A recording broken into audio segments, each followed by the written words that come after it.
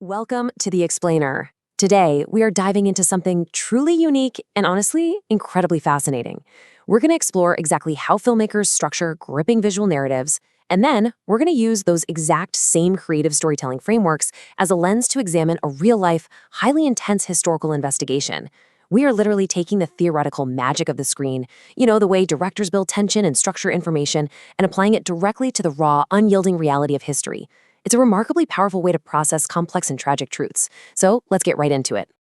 Here is our roadmap for today. First up, crafting the documentary script. Second, 8 narrative film techniques. And third, investigating the Apollo accident. Okay, let's kick things off with Section 1, crafting the documentary script. Now, if we want to tell a true story completely objectively, we usually turn to what's called an expository documentary. This is a style that relies really heavily on what filmmakers call a voice of God narration. Basically, it's an approach that deliberately strips away the filmmaker's personal feelings or biases. Instead, it prioritizes impartial facts, structured interviews, and clear chronological visuals that are designed to explain a really complex subject directly to you, the audience. The narrator becomes this sort of omniscient guide. And this is the specific, objective style we're going to adopt later in this explainer when we look at our historical evidence. We're just going to let the facts lead the narrative. But how do you actually write that script? Well, filmmakers use a super rigorous, structured approach to transform raw data into a cohesive story. First, you've got to define the core idea. What is the central truth or thematic spine you're trying to uncover? Next comes the in-depth research, which is that painstaking process of gathering all the cold hard facts, statistics, and archival materials. Third, you choose a structure. Now, in a historical investigation, this is usually chronological or thematic, carefully laying out a timeline of events. And finally, you draft and storyboard, planning exactly what the audience is going to see and hear. It's an arduous process of turning absolute chaos into pure clarity. Let's move right along to Section 2, 8 narrative film techniques. Because once you have your facts, you actually need cinematic tools to engage your audience and make them care, right? Directors use these to carefully manage tension, pacing, and your expectations.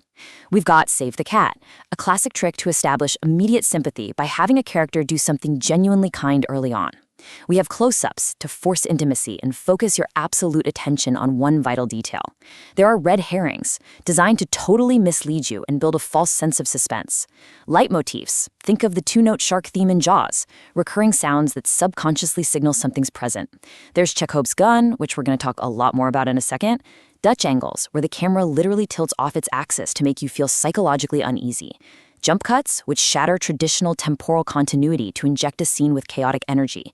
And finally, breaking the fourth wall, where the character temporarily stops the story to look at the camera and directly address you. And this brilliantly illustrates one of the most vital rules of narrative payoff: Chekhov's gun. The legendary playwright Anton Chekhov famously stated that if you introduce an element early in the story, like a rifle hanging on a wall, it absolutely must go off later. Every single thing presented to an audience has to serve a fundamental purpose. In fiction, this is meticulously planned by the writer, but as we're about to see, in real life, early design choices, these little seeds planted long before a critical event takes place, inevitably lead to their own devastating payoffs. All right, let's pivot to Section 3, investigating the Apollo accident. So, how exactly do we document a real-life tragedy? How do we apply our structure, our facts, and our visual pacing to make sense of something deeply horrific, yet monumentally important to human history? Let's take a collective breath, strip away the cinematic polish, and look at the raw evidence. Now, what's really interesting here is the sheer, stark reality of this primary source. This is the official cover page for the 1967 U.S. Senate hearings on the Apollo 204 Review Board's final report. There is absolutely zero Hollywood polish here, no carefully crafted set design. This is the raw documentation of the Apollo 1 disaster, where 3 incredibly brave astronauts lost their lives during a pre-flight test. This stark, typewritten document is the ultimate script of what actually happened on that launch pad.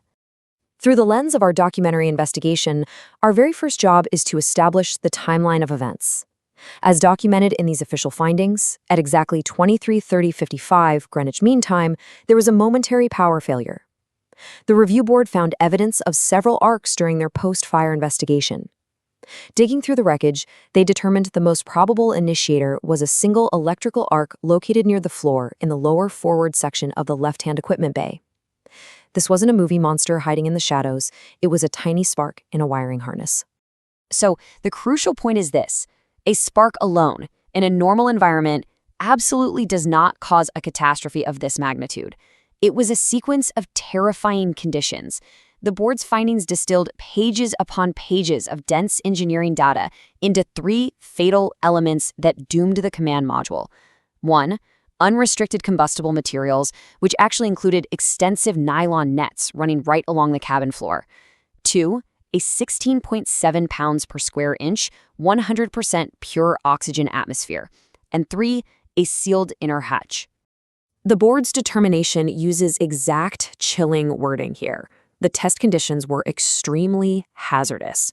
The sheer concentration of 100% pure oxygen pressurized at 16.7 pounds per square inch absolute meant that the resulting fire didn't just burn, it propagated with terrifying explosive speed. You see, oxygen itself doesn't burn, but it acts as a phenomenal accelerant. The board noted the rapid spread caused a massive, instantaneous increase in both internal pressure and temperature, literally engulfing the cabin in seconds. And here is where we see the incredibly tragic reality of Chekhov's gun.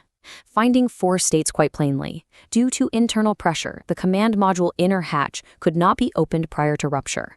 The hatch was deliberately engineered to seal tightly from the inside in order to safely operate in the lethal vacuum of orbit.